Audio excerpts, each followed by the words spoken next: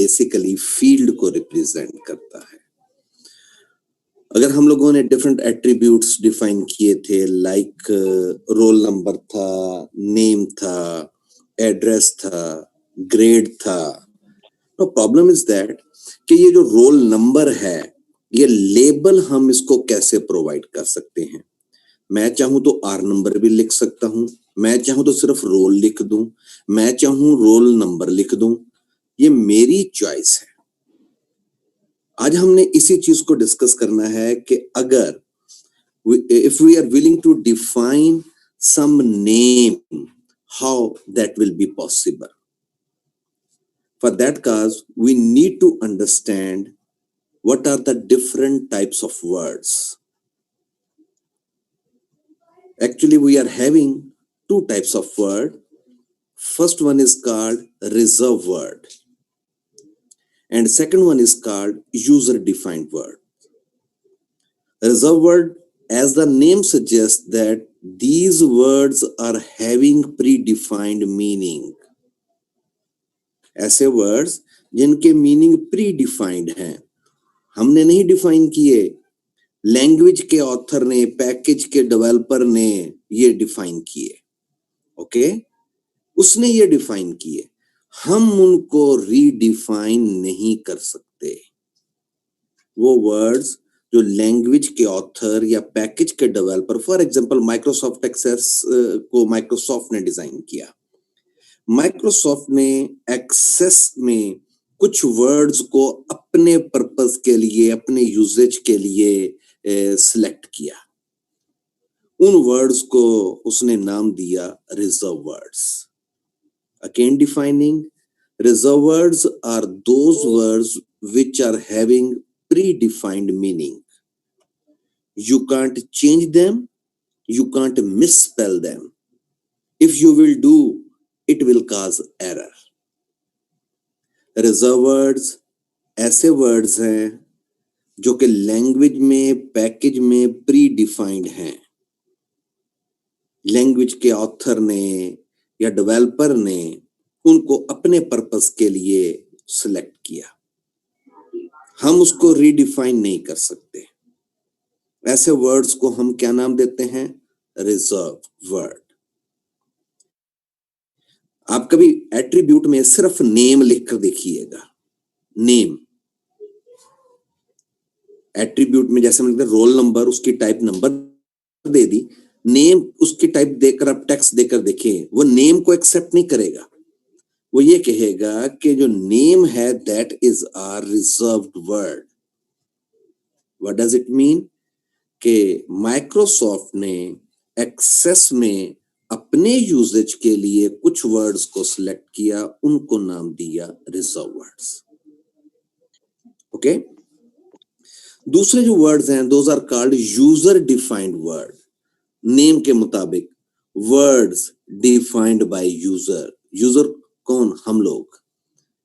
अगर हम वर्ड्स अपने पर्पस के लिए, अपने यूजेज के लिए डिफाइन करेंगे तो उनको हम नाम देंगे user defined words. User defined word का एक और नेम भी है, that is basically labelled as identifier. It means two types of word. First one is considered as reserved word and second one is considered as identifier. User defined word and identifier are two different terminologies for the same concept. So it means language or package has provided us facility that you can have the reserved word, but you can also utilize the identifier or user defined words according to your requirement. It means, now consider the example. When we have created table design, we have selected a field name roll number. This roll number is not defined in the language. It is defined by me or defined by you people. So that is basically identifier. Reserved words are having predefined meaning. Reserved words are having predefined meaning. You can't change them. You can't misspell them. उनका spell भी change नहीं कर सकते आप. हाँ, अगर name को आप NME लिखते हो तो that is not a reserve word. या आपने NAAME कर दिया, that is not a reserve word. Reserve words are predefined. Clear? So Access में name NAME is the reserve word. User defined word or identifier, these are basically two different terminologies for the same concept. So it means package or language has provided us facility that you can utilize reserve word, you can use reserve word, but you can also define your own word if you are having the requirement. So for that cause, we are provided identifier. It means the words which will be defined by us, that is basically labeled as identifier. Now you can consider while creating Microsoft Access database, all the name of the attributes are defined by us. So all are identifier. So what the idea behind is, language has provided us facility to define your own words. That is called user defined word, or that is called identifier. But language has also defined the certain rules. When we are willing to create identifier, then we have to follow the rules. We have to follow the rules. If we shall not follow the rules, that will not be a valid identifier, and that will cause problem, that will not be accommodated by the package. So what the idea behind will be, language has provided us facility to define your own word, but parallel, language has defined the rules for defining identifier.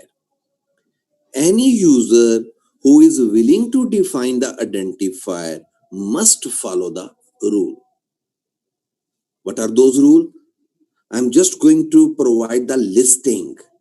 So the very first rule for the identifier is, that is the character set of identifier is. Mean, which character can be used for creating identifier? What is the character set for the identifier? Alphabets A to Z, either in lowercase or uppercase, that will be part of identifier. That may be part of identifier. 0 to 9, numeric, that will also be the part of identifier. It means alphabets and numeric, that is the part of identifier, that can be part of identifier. I'm not asking that every identifier must have these two, but we can design identifier by considering these two things. And next, the symbol, special symbol which is required, that is underscore. So what the character set is, A to Z, 0 to 9, and underscore. That is the character set of identifier. This I'm defining basically the general one. Most of the languages, most of the packages are following this identifier. In some of the languages or packages, $sign can also be the symbol of identifier, but it is not valid for all packages or languages. But the symbols character set which I am defining, that is basically the general one. So what I am defining, A to Z in lower or uppercase, 0 to 9, and underscore. That is the character set of identifier. By considering the combination of these symbols, we can create identifier. We can create identifier. That was the rule number 1. Second rule is numeric should not be the first character of identifier. It means you can create identifier by considering the combination of capital A to Z, small a to Z, 0 to 9 and underscore, assuming I'm going to design a word like 1122 ABC. 1122 ABC. According to the first rule, it is the valid one. But second rule filters it. What it defines?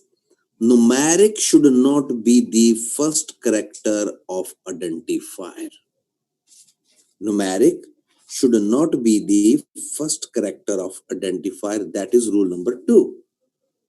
It means first character can be underscore, can be alphabet. Numeric will never be the first character of identifier. It can be the last character, it can be the second character, but the very first character of identifier will not be the numeric. It can be alphabet, it can be underscore. Okay. Now, by considering these two rules, I used to define a word like underscore 123. No, first rule defines that it is the combination of these, it is valid.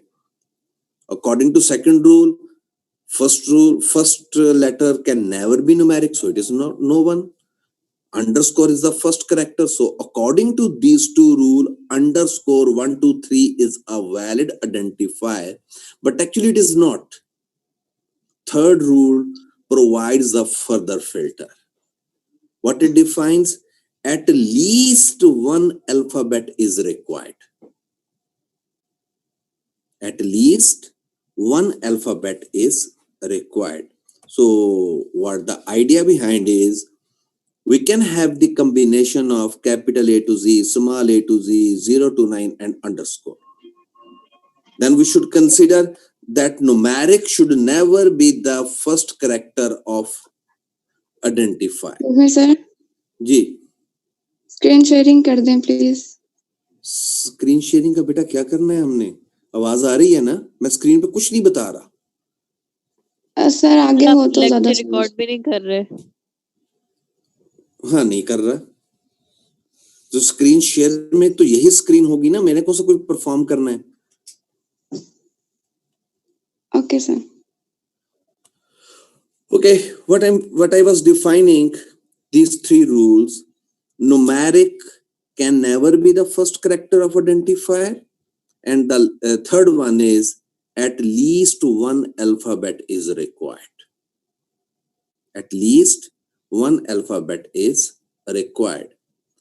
And the fourth one is reserved words cannot be identifier. Reserve words identifier नहीं हो सकते. Identifier को बनाने के लिए आप ए to जी अपर या lower case को यूटिलाइज कर सकते हैं, 0 से 9 को यूटिलाइज कर सकते हैं, अंडरस्कोर को यूटिलाइज कर सकते हैं. इनकी कॉम्बिनेशन को यूटिलाइज करें, नो प्रॉब्लम. लेकिन न्यूमेरिक पहला करैक्टर नहीं होना चाहिए, सेकंड है, आखिरी है, दरमियान में कहीं है, डजंट मैटर. लेकिन numeric should not be the first character of identifier. Third one is at least one alphabet is required. For example, underscore 1122, that is not the valid one. Underscore 123 underscore, that is not the valid one. At least one alphabet is required. Whenever we shall follow the rules, then we shall be able to design our own identifier. Sir ji reserve words की example दे दें please. फिर मैंने example दी है आपके इसके reference से, Microsoft access के रेफरेंस से. फील्ड का नाम नेम रख कर देखें, NAME. जब आप ये रखेंगे वो उसको एक्सेप्ट नहीं करेगा और वो मैसेज देगा. हम रिजर्व वर्ड्स को identify can not be identifier, तो फिर उसमें हम कैसे पता चलेगा ये जो हमारी अल्फाबेट्स हैं? मैं यही तो बता रहा हूँ, नेम रिजर्व वर्ड है। ओके, अब जब आपने नेम को एज आइडेंटिफायर यूज किया, फील्ड का नेम रखा, फील्ड का नेम यूजर डिफाइंड होता है, वो रिजर्व वर्ड नहीं होता। जब आपने उसको नेम रखा, उसने मानना नहीं है, उसने आपको मैसेज दे देना है कि इस नेम को चेंज करो, name is the reserve word. तो यही मैंने कहा, रिजर्व वर्ड आइडेंटिफायर नहीं हो सकता। अगर आप में से कोई लैंग्वेज के यूजर हैं जिन्होंने कभी C++ वगैरह वगैरह कोई लैंग्वेजेस पढ़ी हैं, तो फॉर, व्हाइल, डू, उसके बाद हमारे पास ये वो सिंबल्स हैं जिनको कि हम रिजर्व वर्ड्स का नाम देते हैं। इफ हो गया, एल्स हो गया, देन हो गया, ये सारे रिजर्व वर्ड्स हैं। लेकिन with reference to you people, आप प्रोग्रामर तो बनने जा नहीं रहे, आपने माइक्रोसॉफ्ट एक्सेस को यूज करना है। अब अगर नेम राइट करेंगे तो वो नहीं मानेगा, तो कैसे पता चलेगा कि भाई वो मान क्यों नहीं रहा? तो हमें रीजनिंग का पता होना चाहिए कि बेसिकली जो नेम है that is not an identifier, that is a reserve word. Clear? Sir जी, हम ये आइडेंटिफायर बनाएंगे क्यों, मतलब इसका क्या काम है? हाँ, आइडेंटिफायर बनाएंगे क्यों? अगर मुझे डाटा स्टोर करना है स्टूडेंट के रिकॉर्ड के लिए, तो मेरे पास फील्ड्स होंगी? Yes no? होंगी। फील्ड का नाम क्या रखना है आपने? नेम रखना है, और बस एक ही फील्ड है नेम? नहीं, नेम होगा, रोल नंबर होगा, हाँ, एड्रेस चलो, होगा, एड्रेस ग्रेड होगा। होगा। हाँ, चलो, रोल नंबर हो गया। ये रोल नंबर, ये क्या चीज है? Roll number identifier, user defined word. Name आपके मुताबिक आइडेंटिफायर है, लेकिन नहीं रखा जाएगा ये आपसे नाम। क्यों? वो आपको एरर देगा। आप इसको स्टूडेंट नेम कर दें, इट विल वर्क,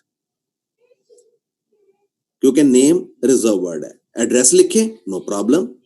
तो जो एट्रीब्यूट के नेम देने हैं जिसमें हमारा डाटा स्टोर होना है, तो उसको आइडेंटिफायर कहते हैं। और आइडेंटिफायर इसलिए रिक्वायर्ड है क्योंकि हमने इनको यूटिलाइज करना है। हमने डेटाबेस में जो भी पढ़ा, क्या फील्ड के बगैर पॉसिबल है? नो।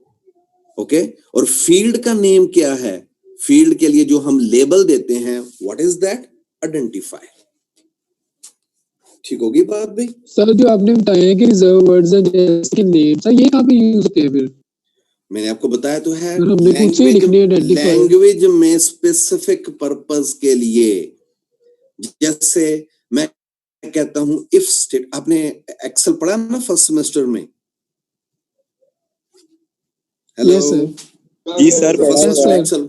जी सर, बहुत अच्छा पढ़ा था हमने। आपने सम पढ़ा, इफ पढ़ा, वी लुकअप पढ़ा, एच लुकअप पढ़ा, एवरेज पढ़ा। ये क्या चीजें हैं? रिजर्व्ड हैं। फंक्शन या फार्मूला मैंने नहीं बनाए। किसने बनाए? माइक्रोसॉफ्ट ने बनाकर आपको दिए।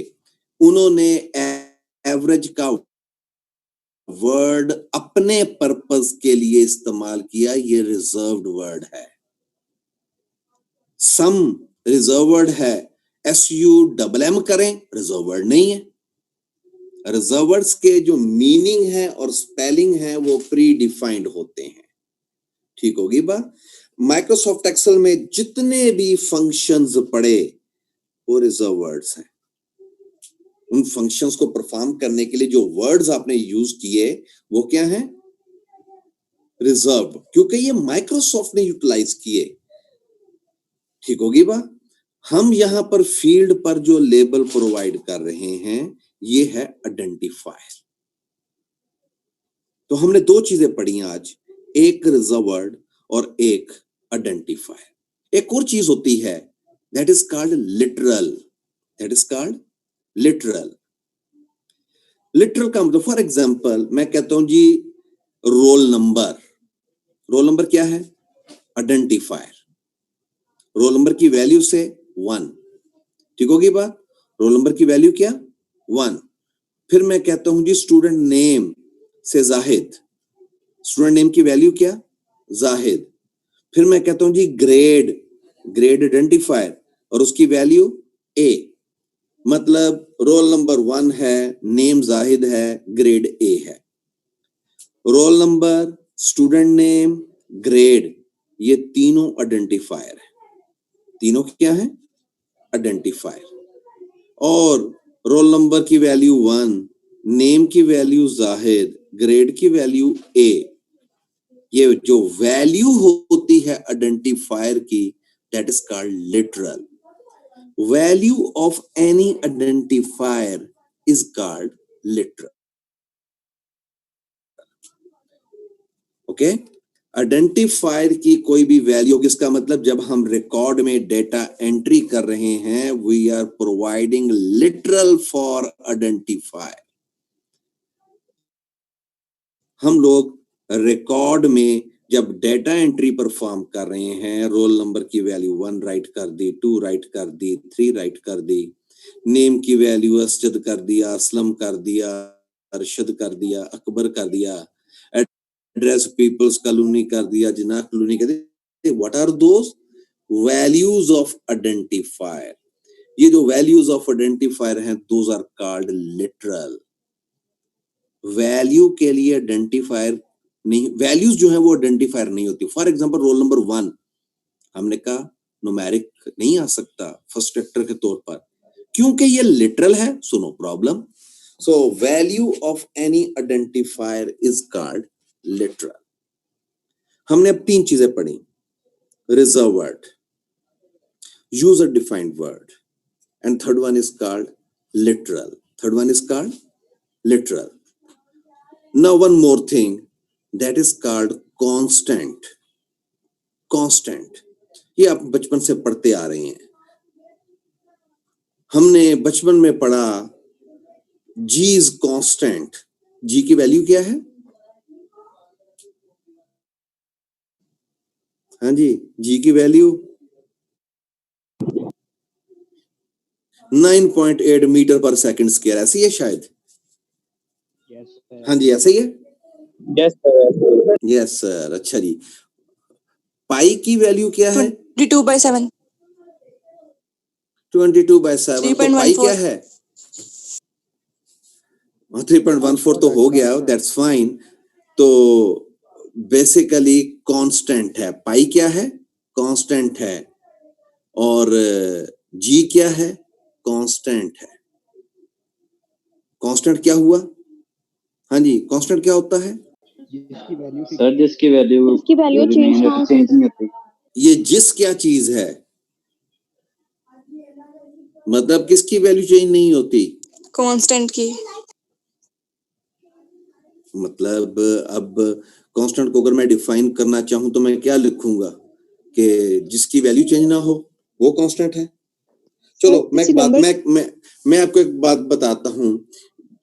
पाई की वैल्यू आपने कहा 3.14, ऐसे ही है। इसमें कौन सी चीज कांस्टेंट है, 3.14 या पाई? पाई सर सेम ही है दोनों, मतलब सेम है। एक 3.14 है और एक पाई है, सेम कैसे हो गए? वो डिजिट्स में लिखा हुआ है और वो सिंबल में होगा। अच्छा, तो ऐसी चीज जो ये सिंबल तो में वैल्यू है, पाई वैल्यू है, तो वैल्यू क्या कहलाती है? लिटरल वैल्यू कहलाती है लिटरल। वैल्यू तो हो गई लिटरल। 9.8 क्या हुआ? लिटरल। 3.14 क्या हुआ? लिटरल। तो कांस्टेंट क्या हुआ? जी या पाई। अब ये जी और पाई क्या है? मतलब जिस साइंटिस्ट ने ये ग्रेविटेशनल कांस्टेंट को डिफाइन करना था, उसने इसको जी सिलेक्ट किया, उसने उसको एस क्यों नहीं कह दिया? उसकी मर्जी थी ना, कि आपकी मर्जी है? सर उसी की मर्जी थी। उसी की मर्जी थी। उसने वो वर्ड अपनी मर्जी के मुताबिक सिलेक्ट किया और उसकी वैल्यू फिक्स करा दी कि भाई ये वैल्यू चेंज नहीं होनी, क्योंकि उस पर्टिकुलर वर्ड जो उसने अपनी मर्जी से सिलेक्ट किया उसकी वैल्यू चेंज नहीं होती। इसलिए उसने जी को क्या कह दिया? कांस्टेंट। उसकी मर्जी है, बेशक वो एस को कह देता, बेशक वो एच को कह देता, ये उसकी अपनी प्रायोरिटी है, लेकिन उसने जी को सिलेक्ट किया। तो जी बेसिकली क्या है? User defined. अब जरा अंडरस्टैंड कीजिएगा, what is constant? Any identifier whose value cannot be changed. Identifier whose value cannot be changed is called constant।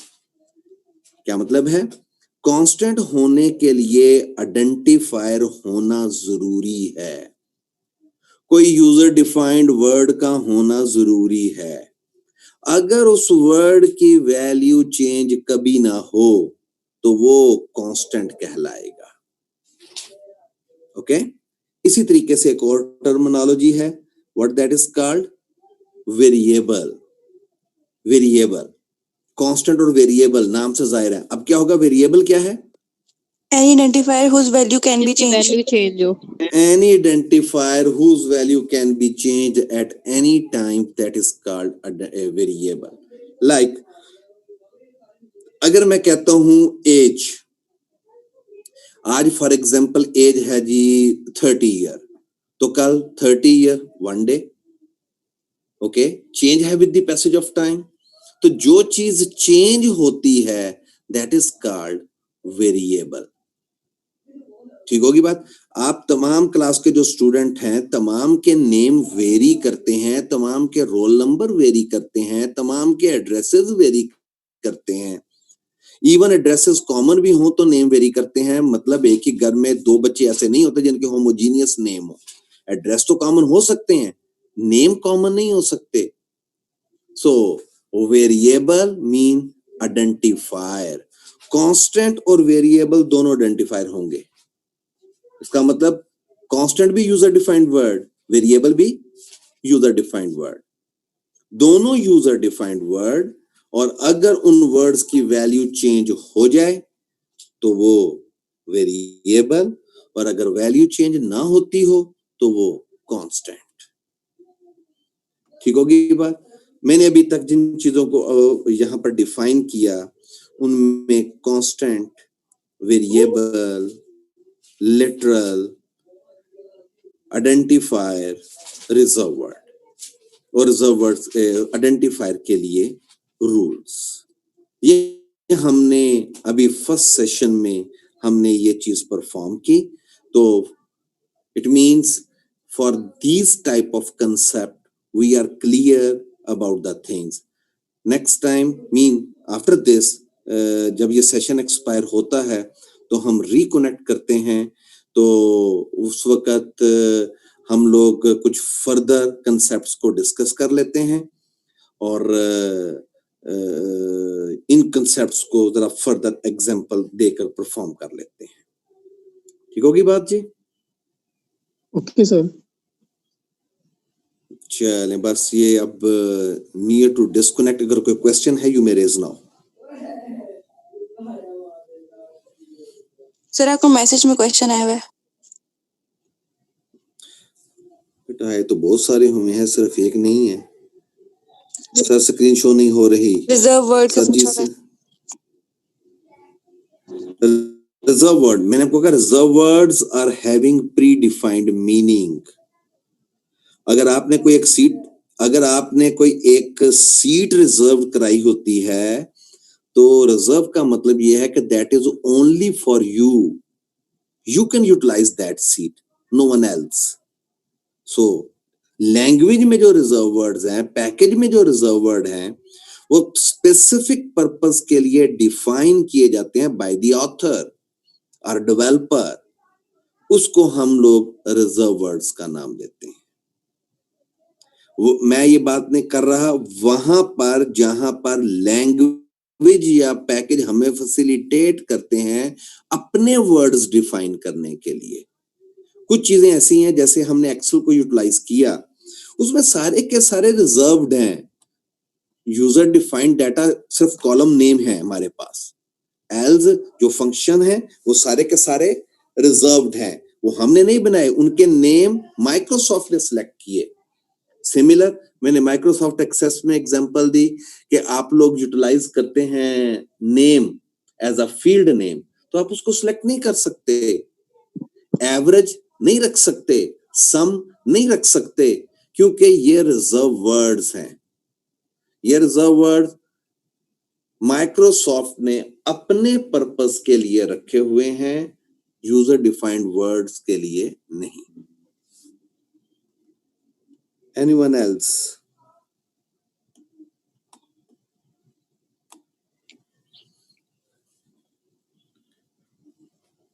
हाँ जी, आप लोगों ने डेटाबेस बनाकर देख ली कोई? यस सर बनाइए। बनाई है, उसमें क्यूरीज वगैरह भी लगा कर देख ली? जी सर। उसमें कोई प्रॉब्लम तो नहीं आया? नो सर कोई प्रॉब्लम नहीं है। सर जी लिटरल कोई यही है ना प्रॉब्लम कि नहीं है, इसका किसी मतलब भी वैल्यू जो भी हमारे पास कोई वैल्यू होगी वो लिटरल है, यानी कि अगर कांस्टेंट वैल्यू होगी या फिर कोई भी वैल्यू होगी। वैल्यू कांस्टेंट नहीं हो सकती क्योंकि वैल्यू आइडेंटिफायर नहीं होता और कांस्टेंट के लिए आइडेंटिफायर होना जरूरी है। ठीक है। Value of any identifier, identifier क्या क्या चीजें हैं? कांस्टेंट भी आइडेंटिफायर है, वेरिएबल भी आइडेंटिफायर है। इसका मतलब कांस्टेंट की जो वैल्यू है वो भी लिटरल है, वेरिएबल की जो वैल्यू है वो भी लिटरल है। आइडेंटिफायर की कोई भी वैल्यू है वो लिटरल कहलाती है। हाँ जी, कितने टाइम के बाद दोबारा सेशन स्टार्ट करें कि इमीडिएटली कर लें? अभी कर ले। ठीक होगी बात। इसका मतलब ये है कि ये अब हमारा एक मिनट रह गया इसको एंड होने में, इसकी रिकॉर्डिंग होनी है थोड़ी सी, तो मैं दोबारा से कनेक्ट सर 2 मिनट तो लगेंगे ओके सर। सर। इस वजह से ये प्रॉब्लम क्रिएट करता है, ज्यादा टाइम लगता है उसको मार्क करने के लिए। तो उसके लिए हमने यही सोचा है कि हम लोग इसका एक गूगल फॉर्म क्रिएट कर लेंगे ताकि जब कभी भी हम गेट करना चाहें तो एजी वाइज सॉर्टिंग उसकी पॉसिबल हो और हम अकॉर्डिंगली परफॉर्म कर सकें।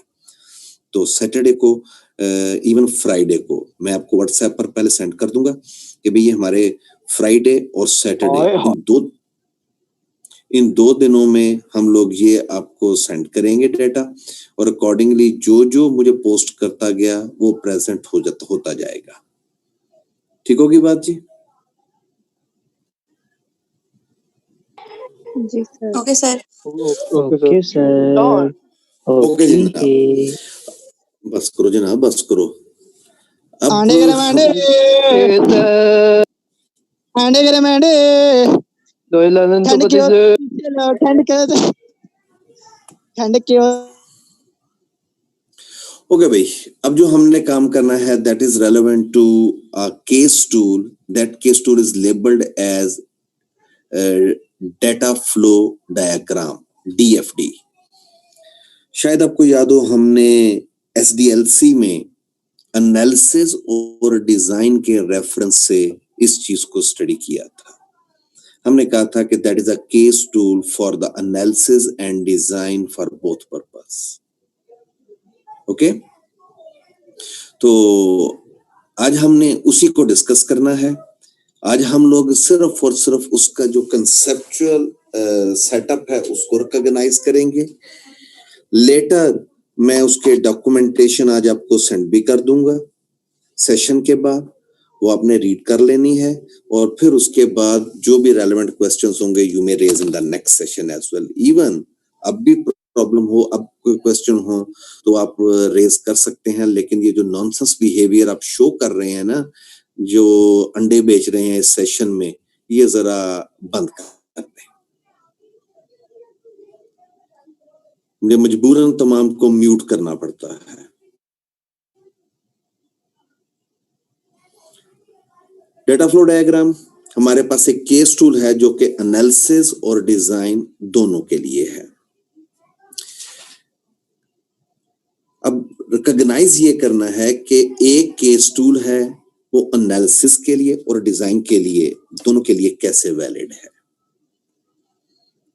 ऑफ कोर्स क्लाइंट का जो भी सिस्टम जो कि रनिंग स्टेट में है, एग्जिस्टिंग सिस्टम है, करंट सिस्टम है, जिसको वो बाद में ऑटोमेट कराना चाहेगा या उसमें चेंजेस लाना चाहेगा क्योंकि सिस्टम में प्रॉब्लमेटिक है, उसको मैनेज करने के लिए अगर हम उसके एग्जिस्टिंग सिस्टम के डेटा फ्लो को रिप्रेजेंट करते हैं, क्लाइंट के सिस्टम में फ्लो ऑफ डेटा कैसे होता है उसको रिप्रेजेंट करने के लिए जो हम symbolic representation, diagrammatic representation perform करते हैं, उसको हम नाम देते हैं case tool for analysis, DFD for analysis. लेकिन अगर यही काम हमने प्रपोज सिस्टम के लिए, मीन ऑफ कोर्स एनालिस्ट ने नया सिस्टम तो प्रपोज करना है, अगर यही काम प्रपोज सिस्टम के लिए किया जाएगा तो that will be considered DFD for the design purpose. तो that is why I am asking कि ये जो हमारे पास DFD है ये केस टूल है for the both purpose, for the analysis as well as for the design. If we are going to represent the flow of data for the existing system, for the current system of our customer, then it will be considered as a case tool for analysis, that is the DFD for the analysis purpose. But again, if analyst is going to design the flow of data for the proposed system,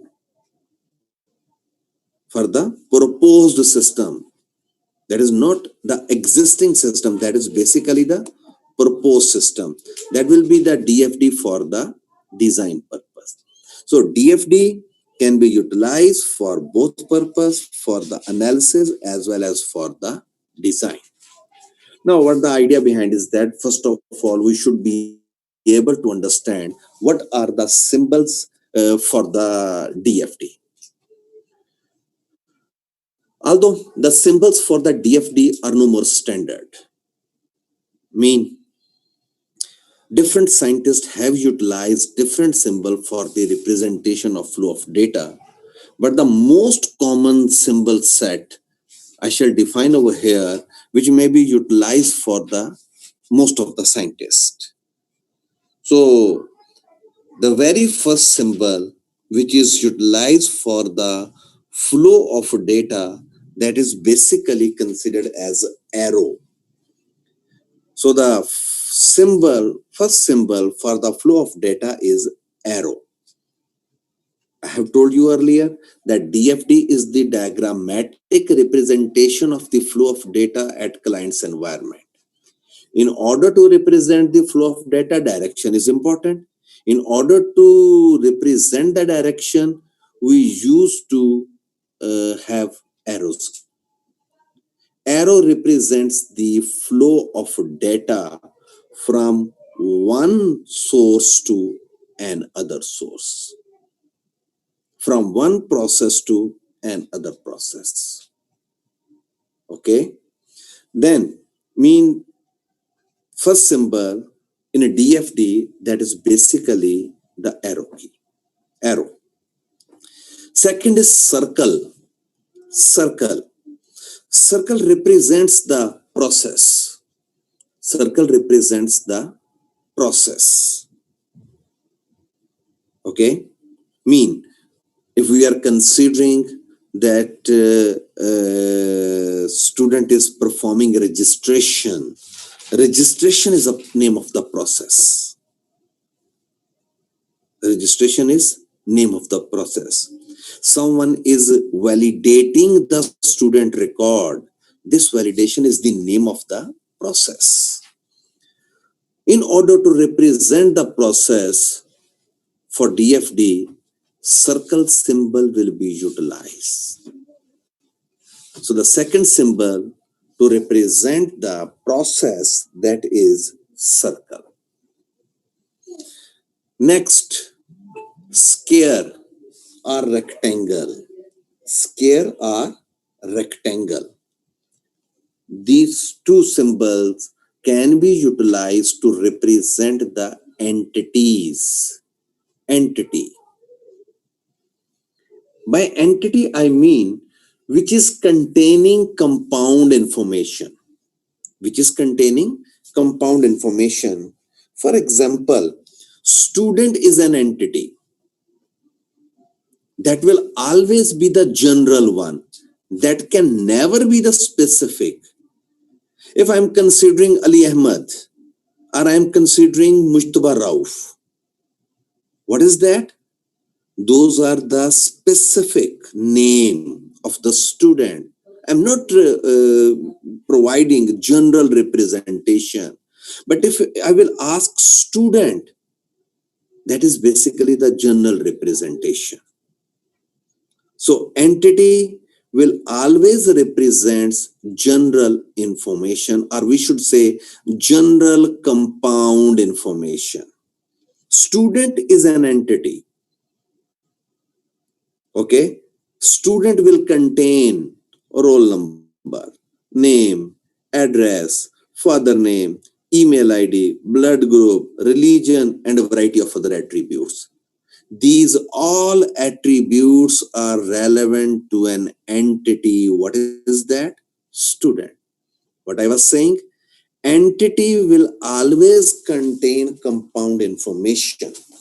Entity will always contain compound information. So roll number, name, address, email, blood group, address, and so on. These are all basically compound information. These are integrated to form compound information. Entity, by definition, I mean information about anything. Information about anything is called entity. Room is an entity. But if I'm discussing about drawing room, that is the specific one. Entity will always represent the general one. Teacher is an entity. If I am asking Zishan, that is the one occurrence of teacher entity. If I'm asking about Ali Ahmed, that is the one occurrence of student entity. It means if a class is containing 30 students, so there are 30 occurrences of student entity. Entity is one. 30 students represents the 30 different occurrences. So entity can be represented by square or rectangle in terms of DFT. I have defined three symbols. Arrow represents the flow of data. Circle represents the process. Rectangle or square represents the entities. And next one is parallel lines, two parallel lines, or half close rectangle. मतलब आपने rectangle एक draw करनी है, right side वाला जो portion है जहां पर वो क्लोज हुआ है उसको मिडल पर ले आए, उसको हम नाम देते हैं हाफ क्लोज रेक्टेंगल. या फिर इसकी बजाय parallel lines, two parallel lines, horizontal parallel lines, not the vertical, two horizontal parallel line are open rectangle. Right side से ओपन करनी है, लेफ्ट से नहीं करनी. ये तीन डिफरेंट सिंबल्स हैं, चॉइसेस योर्स, जो भी यूटिलाइज करना चाहो. मैंने अभी तक चार सिंबल्स के बारे में बताया. एक rectangle represents entity, circle represents process, arrow represents flow of data, and parallel line or half closed rectangle or open rectangle, these are the three different symbols for the same representation, that is for data store. Data store means file where you are willing to store your data permanently. We are labeling it data store. यहां पर हमने data को permanently store करना है. यहां पर हमने data को स्टोर करना है, उसके लिए हम लोग डेटा स्टोर का सिंबल यूटिलाइज करते हैं. हमने कस्टमर के फ्लो ऑफ डेटा को ग्राफिकल फॉर्म में रिप्रेजेंट करना है, और उसको रिप्रेजेंट करने के लिए ये चार सिंबल्स हैं. Arrow represents the flow of data. circle represents the process, rectangle represents the entity, and half closed rectangle are parallel lines. दो parallel line लगा दे, no problem. What that will become? That will become data store. अगर parallel line पसंद नहीं है, half close rectangle कर दें, वो भी पसंद नहीं है तो ओपन रेक्टेंगल कर लें, लेकिन ओपन राइट साइड से करनी है, ऊपर वाला पोर्शन भी होगा, नीचे वाला भी होगा, लेफ्ट वाला होगा, राइट वाला नहीं होगा. What is that? Data store. तो डेटा स्टोर के लिए 3 सिंबल जो बेहतर लगे वो यूटिलाइज कर लें, लेकिन ये नहीं है कि कहीं पर पैरेलल लाइन और कहीं पर हाफ क्लोज रेक्टेंगल. एक ही सिंबल एक ही डायग्रामेटिक रिप्रेजेंटेशन में करते हैं. ठीक होगी बात? ये तो थी सिंबल्स. अभी तक हमने नहीं सोचा हमने इसको ड्रॉ कैसे करना है. We have just recognised the building block for DFD. DFD को बनाने के लिए, डीएफडी को डिजाइन करने के लिए हमें इन 4 सिंबल्स की जरूरत है. ओके, नाउ कुछ रूल्स हैं डीएफडी को ड्रॉ करने के लिए. हमने उन रूल्स को फॉलो करना है. अगर उनमें से कोई भी चीज ऐसी है जिसको डीएफडी में मना किया गया है, अगर हम उसको अपने डीएफडी का पार्ट बनाते हैं तो हमारी सारी सिंबल डिस्कार्ड कर, हमारी सारी जो डायग्रामेटिक रिप्रेजेंटेशन है वो डिस्कार्ड कर दी जाएगी. तो हमें रूल्स को अंडरस्टैंड करना है. ठीक होगी बात? एस्टिमेट करें. डेटा स्टोर, एक फाइल से डेटा दूसरी फाइल में जा रहा है. सिस्टम में कहीं पर ऐसा नहीं होता कि डेटा एक जगह से दूसरी जगह पर चला जाए. हाँ, दरमियान में कोई प्रोसेस जरूर होगा. अगर प्रोसेस नहीं है तो एक डेटा स्टोर से दूसरे डेटा स्टोर से डायरेक्टली डेटा की ट्रांसफर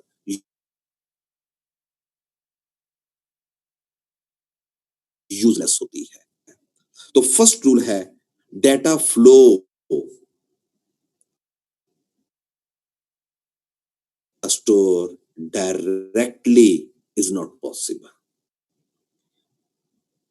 एक डेटा स्टोर से दूसरे डेटा स्टोर तक डेटा डायरेक्टली ट्रांसफर नहीं हो सकता. डायरेक्टली, हाँ, दरमियान में प्रोसेस आ जाए, no problem, it can be. लेकिन डायरेक्टली हम कहें जी कि एक फाइल से डेटा हमने दूसरी फाइल में सेंड कर दिया, फायदा क्या? जब पहली फाइल अवेलेबल है तो फिर दूसरी फाइल बनाने का फायदा. तो flow of data from one data store to another data store directly is not possible in terms of DFD. Okay, ये था हमारे पास पहला रूल. दूसरा है flow of data from one entity to another entity directly. Flow data store से data store तक भी पॉसिबल नहीं है, एंटिटी टू एंटिटी भी नहीं है. हाँ, एंटिटी के दरमियान में डेटा पहले एंटिटी से आए, उस पर कोई प्रोसेस हो, फिर दूसरे एंटिटी को जाए, वैलिड, इसमें कोई प्रॉब्लम नहीं है. लेकिन बगैर प्रोसेस के डेटा एक एंटिटी से दूसरी एंटिटी को नहीं जा सकता. ये सेकंड रूल है. पहला rule, flow of data from one data store to another data store is not possible. Second rule, flow of data from one entity to another entity directly, flow of data is not possible. ठीक होगी बात?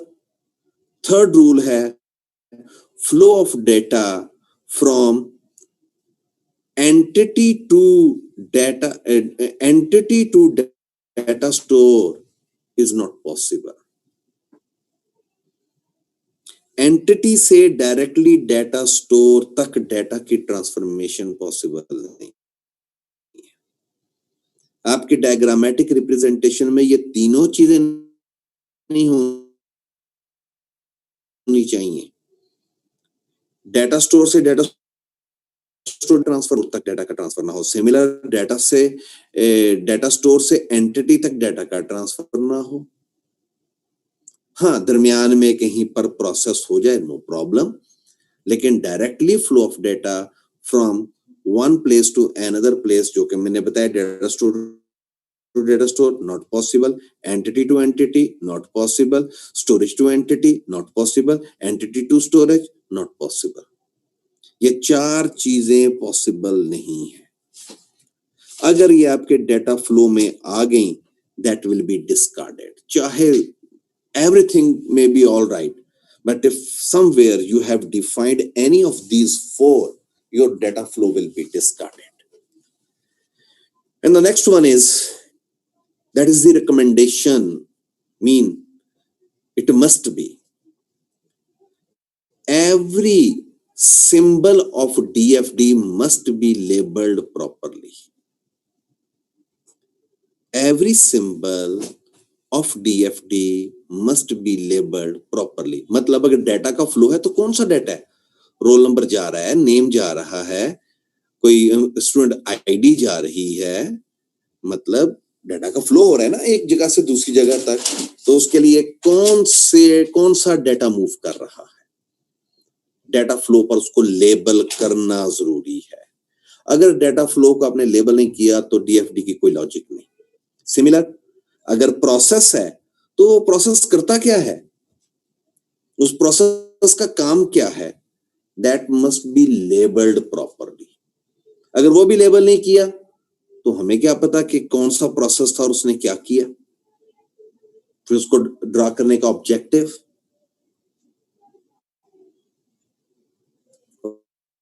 Okay, similar data store, data store में कौन सा data save हुआ, अगर यही नहीं पता तो फिर डाटा स्टोर का फायदा।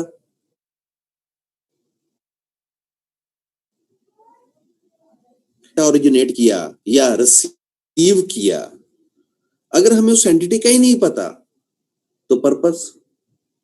So that is why every data flow, every data store, every process and every entity must be represented properly, must be labeled properly,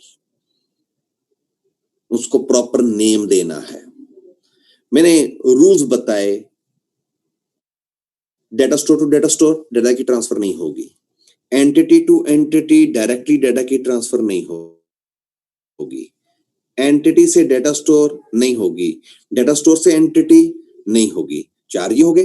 पांचवा मैंने कहा जी कि जो हमें डिफाइन किया गया वो ये कि हमारे पास जितने भी सिंबल्स हैं, those must be label properly.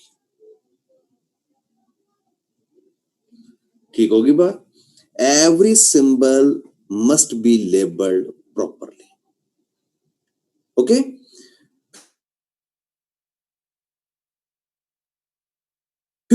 Understanding के लिए है, don't think in terms of selection while drawing DFD. DFD को ड्रॉ करने के लिए सिलेक्शन के बारे में नहीं सोचना। ठीक होगी बात, हमारे पास जब भी ये हमारे पास डीएफडी होगा, हमारे पास डीएफडी होगा, इस डीएफडी को ड्रॉ करते हुए हमने सिलेक्शन के बारे में नहीं सोचना। मीन अगर एक प्रोसेस है, अगर एक प्रोसेस है जिसका ऑब्जेक्टिव है कि उसने टैक्स कैलकुलेशन करनी है। अब टैक्स कैलकुलेशन हर एम्प्लॉय पर, हर पर्सन पर एप्लीकेबल नहीं होता। अब ये नहीं है कि वहां पर ब्रांचेस बनाना शुरू कर दें कि ये वो एम्प्लॉय हैं जिन पे टैक्स कलेक्ट हुआ और जिन पे ये टैक्स कलेक्ट नहीं हुआ। बड़ी सिंपल सी बात है कि टैक्स कलेक्शन का एक प्रोसेस है, उसकी आउटपुट में अगर अमाउंट है, टैक्स अमाउंट है, तो जो टैक्सेबल नहीं है उसकी वो जीरो हो जाएगी, जिसकी टैक्सेबल है उसकी वैल्यू आ जाएगी। हमने डीएफडी को ड्रा करते वक्त सिलेक्शन के बारे में नहीं सोचना। हमने डीएफडी को ड्रा करते हुए सिलेक्शन के बारे में नहीं सोचना। ठीक होगी बात? तो इसका मतलब क्या हुआ कि हमारे पास ये पर्टिकुलर रूल्स और ये रिकमेंडेशन इंपॉर्टेंट है। मैंने कहा flow of data from one data store to another data store, from one entity to another entity, from store to entity, from entity to store, directly flow of data is not possible. Second, मैंने ये कहा कि every symbol of DFD must be labeled properly. और फिर मैंने ये कहा कि while drawing DFD, don't think in terms of selection. Unmute कर रहा हूं क्वेश्चन करने के लिए, लेकिन मैं एक चीज आपको डिफाइन कर दूं कि जितने भी यहां पर प्रॉब्लम्स हैं जो यहां पर आप क्रिएट करने की कोशिश कर रहे हैं, कभी डिफरेंट लेवल पर, मतलब अभी मुझे नजर आया एक नाम गुरेजा टुरजा, ये नॉनसेंस बिहेवियर है। कोई अंडे बेच रहा है, कोई कुछ कर रहा है। बेटा डे एंड पर you have to be the things. जब आपको कम्युनिकेट किया जा रहा है तो उसको प्रॉपरली अंडरस्टैंड करें। जरी बातें अंडरस्टैंड नहीं करेंगे, अगर ऐसे ही काम करेंगे तो फिर रिजल्ट भी अकॉर्डिंगली ही आएगा। Okay, no you may raise question if you are having someone. Sir last पे आपने क्या बताया था? लास्ट रोल जो है कौन सा last? terms of selection while drawing DFD. हाँ जी, डीएफडी को बनाते हुए सिलेक्शन के बारे में नहीं सोचना। सिलेक्शन का मतलब होता है चॉइस, ब्रांचेस। जैसे मैंने एग्जांपल दी कि एक एम्प्लॉइज की सैलरी का हम ट्रैक रख रहे हैं, उसमें एक प्रोसेस है टैक्स डिडक्शन का। अब टैक्स डिडक्शन सिर्फ उस एम्प्लॉय पर एप्लीकेबल है जिसने जिसकी सैलरी उसके अकॉर्डिंगली है। अब हमने वो प्रोसेस, चाहे वो एम्प्लॉय की सैलरी टैक्सेबल है या नहीं है, परफॉर्म करना है। उसकी आउटपुट जिसका टैक्सेबल नहीं है वो 0 होगी और जिसका है उसकी वैल्यू आ जाएगी। तो हमने ये नहीं करना कि ये एम्प्लॉय है वो है, मतलब उनके लिए एक सेपरेट ब्रांच बनी है जो टैक्सेबल है और दूसरों की अलग ब्रांच बनी जिनका टैक्स 0 है। ऑफ कोर्स ये चीजें जब नेक्स्ट प्रैक्टिकली परफॉर्म करूंगा मैं स्क्रीन पर इंशाल्लाह नेक्स्ट टाइम, तो ये चीजें आपको क्लियर हो जाएंगी कि ये काम कैसे करते हैं। सर जी आपने सिर्फ 5 रूल्स बताए हैं ना? हाँ जी बिल्कुल यही बताएं।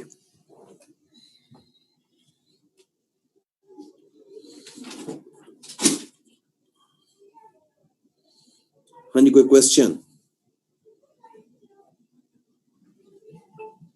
सर सर ये कोई स्टूडेंट है जो मेरे नाम से आईडी बना के गर्ल्स को मैसेज कर रहा है, तो मैं ये क्लियर कर दूं कि मेरा जो है माइक और चैट सब कुछ ऑफ है, मैं किसी को मैसेज नहीं कर रहा। वो कोई और स्टूडेंट है जो गर्ल्स को मैसेज कर रहा है। बेटा इन चीजों का आपने मैनेज फिलहाल इस रेफरेंस से आपने खुद करना है। मैं आपको एक बात बड़ी क्लियर कट बता देता हूँ, ऐसी अकरेंसेस जब भी होती हैं तो भुगतना सबको पड़ेगा। ठीक होगी बात? आपने अपनी क्लियरेंस तो दे दी, तो लेकिन उन लोगों को शर्म हया करनी चाहिए जो ऐसी हरकतें कर रहे हैं। अगर यही काम उनके घर वाले में से किसी के साथ किया जाए तो वो बियर कर लेंगे ना। अगर तो वो कर लेंगे तो फिर वो भी कर सकते हैं।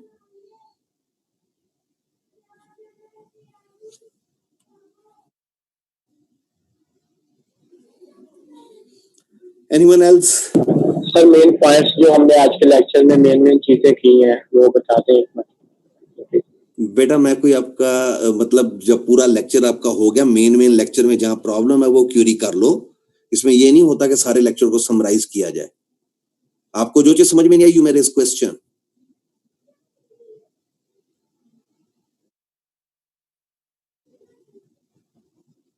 चार मिनट 22 सेकंड बचे हैं इस सेशन के लिए, जल्दी कर लें। स्पेसिफिक हो, जनरलाइज ये नहीं है कि सारा का सारा सेशन रिकैप कर दिया जाए।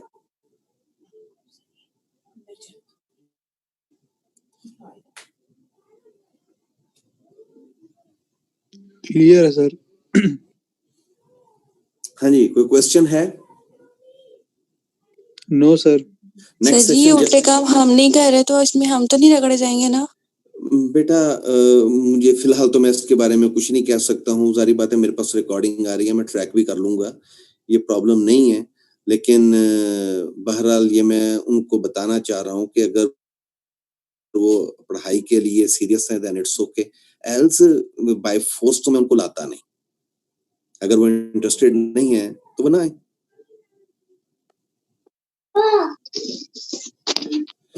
ओके भाई, इंशाल्लाह फिर नेक्स्ट टाइम जब भी ये सेशन आपका होगा, most probably I am not sure, लेकिन शायद फिजिकल क्लासेस या ऑफलाइन क्लासेस स्टार्ट हो जाएं, लेकिन खैर जब भी ये होंगे आपको इन्फॉर्म कर दिया जाएगा। नहीं तो नेक्स्ट सेशन इंशाल्लाह जो हमारा मंडे ट्यूसडे वेडनेसडे वाले दिन है, वो हमारा सेशन फ्रॉम नेक्स्ट वीक हम लोग परफॉर्म करेंगे। अलबत्ता इस फ्राइडे और सैटरडे को अटेंडेंस के लिए मैं सेंड करूंगा आपको forms. Okay sir. Okay sir. Okay जी सर किस टाइम सर टाइम बता सकते हैं किस टाइम तक करेंगे या? टाइम यही है बेटा जो आपको बताया हुआ है, टाइम चेंज तो नहीं होता, टाइम तो यही है। Okay sir. सर जनाब, हाँ जी बताओ। यूनिवर्सिटी ओपन होने के चांसेस हैं? बेटा जब भी हुई आपको पता चल जाएगा, इसकी टेंशन क्यों लेते हैं? Sir offline classes maybe देखो क्या बनता है। Right now we are again, हमें भी अभी श्योर नहीं है क्या होना है, लेकिन अभी रूमर है कि शायद हो जाए। सर ऑफलाइन क्लासेस तो जब होंगी 15 नवंबर से मिड स्टार्ट हो रहे हैं, ये कंफर्म करेंगे? अभी ये भी कोई कंफर्म नहीं हुआ सर। अभी सर एक स्टडी है सर, उस पे लिखा हुआ था कि फिजिकल क्लासेस होंगी और 20 नवंबर के बाद। बेटा देखो बात ये है कि जब कभी शेड्यूल आएगा हम आपको कम्युनिकेट कर देंगे, इसमें प्रॉब्लम वाली बात क्या है?